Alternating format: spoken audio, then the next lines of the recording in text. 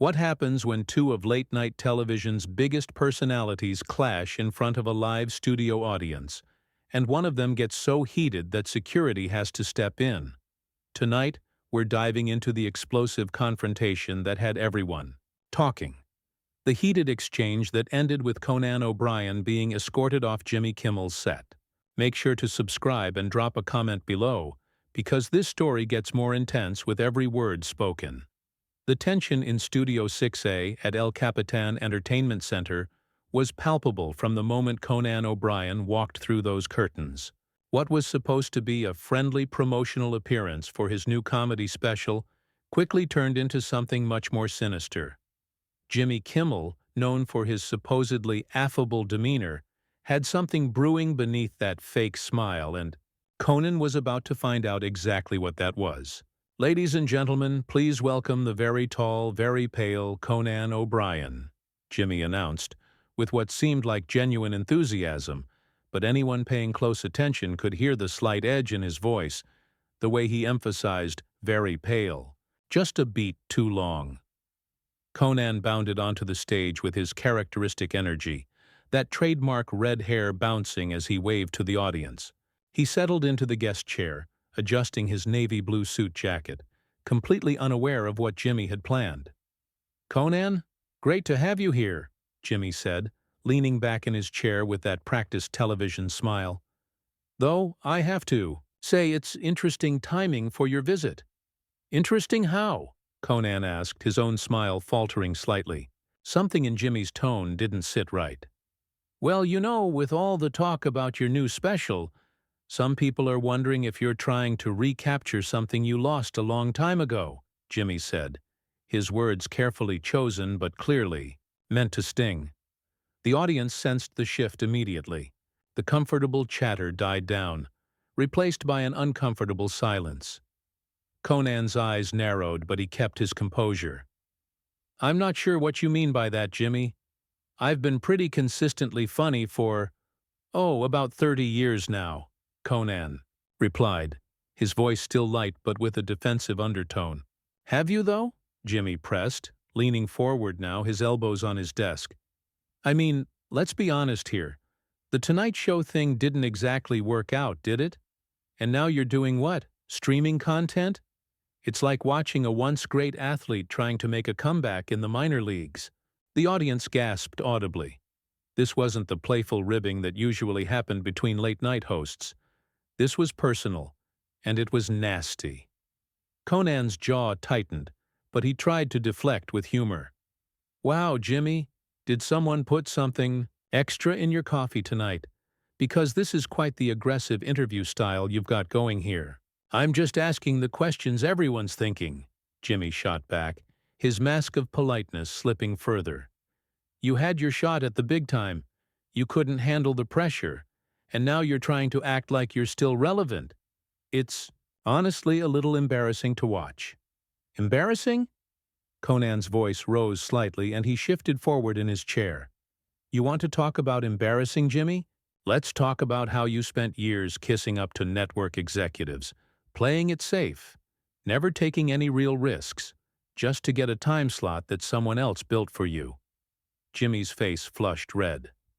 "At least I didn't get fired from my dream job after 7 months because I couldn't compete with a rerun of Dancing with the Stars." The studio fell completely silent.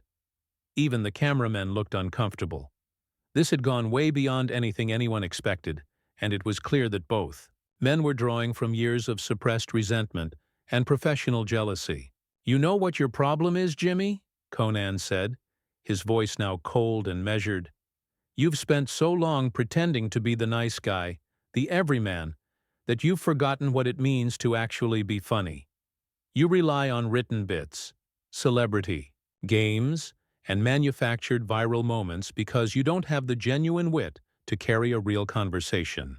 That's rich coming from someone whose biggest claim to fame is a string dance and screaming like a maniac," Jimmy fired back. "You think being loud and weird makes you edgy, but really it just makes you desperate." Conan stood up abruptly, his tall frame towering over Jimmy's desk. "Desperate? I've created more genuine comedy in one episode than you've managed in your entire career. You're nothing but a corporate puppet with a fake laugh and a manufactured personality." "Sit down." "Conan," Jimmy said, his voice taking on a threatening tone. "You're embarrassing yourself." "I'm embarrassing myself?" Conan laughed, but there was no humor in it. "You're the one who invited me here just to ambush me with this pathetic attempt at— what is this exactly? Some kind of power play? Are you that insecure about your own success that you have to tear down other people to feel good about yourself?" Jimmy stood up as well, his hands planted firmly on his desk. "I didn't have to tear you down, Conan. You did that all by yourself, when you couldn't hack it at The Tonight Show. I'm just pointing out what everyone already knows." The audience was completely stunned. Some people were pulling out their phones, trying to capture what was happening, while others just sat there with their mouths open, unable to believe what they were witnessing. "You know what, Jimmy?" Conan said, his voice shaking with anger. "I came here tonight as a colleague, as someone who's been in this business just as long as you have, showing you the same respect I'd show any other professional. But clearly that respect isn't mutual." "Respect has to be earned," Jimmy shot back. "And frankly, I don't see what you've done lately that deserves any." Conan looked around the studio, at the shocked faces in the audience, at the crew members, who were clearly uncomfortable with what they were witnessing. When he looked back at Jimmy, his expression had changed from anger to something closer to disappointment. "This is who you really are, isn't it?" Conan said quietly. "Beneath all the fake charm and the manufactured likability, you're just another bitter comedian who can't stand to see someone else succeed." "Don't lecture me about success," Jimmy snarled. "You had everything handed to you and you blew it. Now you're reduced to begging for scraps on streaming platforms while I'm sitting behind this desk every single night." "Yeah, you're sitting behind that desk," Conan agreed, his voice growing stronger again. "But what are you actually doing there? You're not pushing boundaries, you're not taking risks, you're not creating anything memorable. You're just occupying space that could be filled by someone with actual talent and vision." Jimmy's face twisted into something ugly, his carefully maintained television persona completely abandoned now. "Talent and vision? You mean like your vision of bombing so spectacularly that NBC had to pay you millions just to go away quietly?" The words hit Conan like a physical blow. His hands clenched into fists at his sides, and for a moment it looked like he might actually take a swing at Jimmy. The audience collectively held their breath. "That's enough," Conan said through gritted teeth. "You clearly brought me here tonight with some kind of agenda, and I'm not going to sit here and let you use your show as a platform to settle whatever petty grievances you have." "Petty grievances?" Jimmy laughed, but it was harsh and cold. "You want to know what my grievance is, Conan? It's watching someone with your reputation waltz around like comedy royalty when the rest of us know the truth. You're not the genius everyone pretends you are. You're just a guy who got lucky with a writing job and rode that wave as far as it would take you." "A writing job?" Conan's voice cracked with disbelief. "I was head writer on Saturday Night Live when I was 25 years old. I created some of the most memorable sketches in the show's history. I wrote for The Simpsons during its golden age. What exactly have you written, Jimmy? What have you created that didn't come from a team of writers you pay to make you look clever?" Jimmy's eyes flashed dangerously. "At least I don't have to live in the past. At least I don't have to constantly remind people about what I did 20 years ago because I can't do anything relevant now." "You want to talk about relevant?" Conan shot back. "Your show is the same recycled garbage every single night. Celebrity interviews where you ask softball questions, viral video reactions that your audience could watch on their phones, and comedy bits that feel like they were rejected from other shows. You're not a comedian, Jimmy. You're a content curator." The insult landed hard. Jimmy's face went from red to nearly purple, and he slammed his hand down on his desk so hard that his coffee mug jumped. "Don't you dare question my comedy credentials," Jimmy hissed. "I've been doing this just as long as you have, and I've been more successful at it. While you were getting canceled, I was building an empire. An empire? Conan scoffed. You mean a safe, sanitized, focus-grouped empire that takes no risks and challenges no one? You've turned late-night television into elevator music, Jimmy. It's bland, it's forgettable, and it's exactly what you deserve. The audience was starting to murmur now. Some people uncomfortable with the viciousness of the exchange. Others, clearly fascinated by seeing these two public figures tear each other apart. Several audience members were openly recording with their phones, despite the show's usual policies against it. Jimmy stepped out from behind his desk, closing the distance between himself and Conan. You know what I think this is really about? I think you're jealous. I think it kills you that I succeeded where you failed. I think it eats you alive that I'm sitting in a chair every night that you'll never get back. Jealous? Conan let out a bitter laugh. Of what? Of your complete lack of originality. Of your willingness to say whatever the network tells you to say? Of your pathetic attempts to manufacture moments that might go viral? Jimmy, I wouldn't trade places with you for all the money in the world, because at least when I look in the mirror, I can still see someone who cares about comedy more than ratings. Comedy? Jimmy was almost shouting now. You call what you do comedy? You're a clown, Conan. You always have been.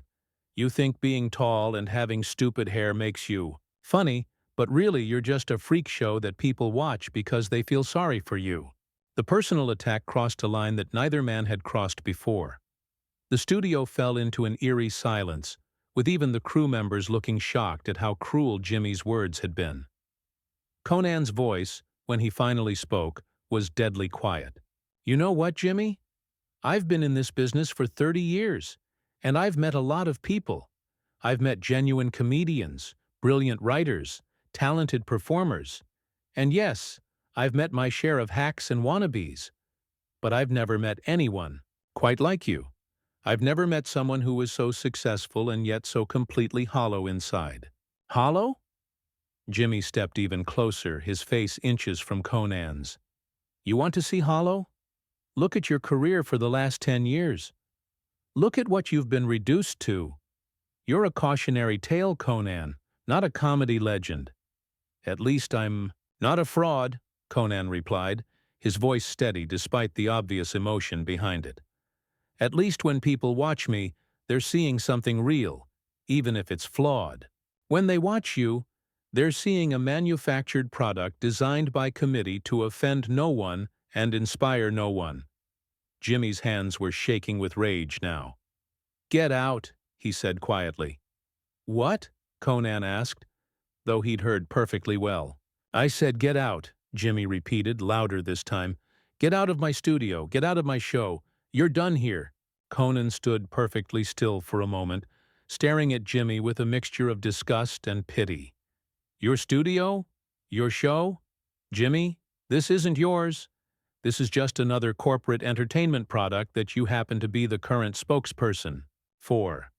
And when they decide they're done with you, when your ratings slip, or when they find someone younger and cheaper, you'll be gone just like everyone else who came before you.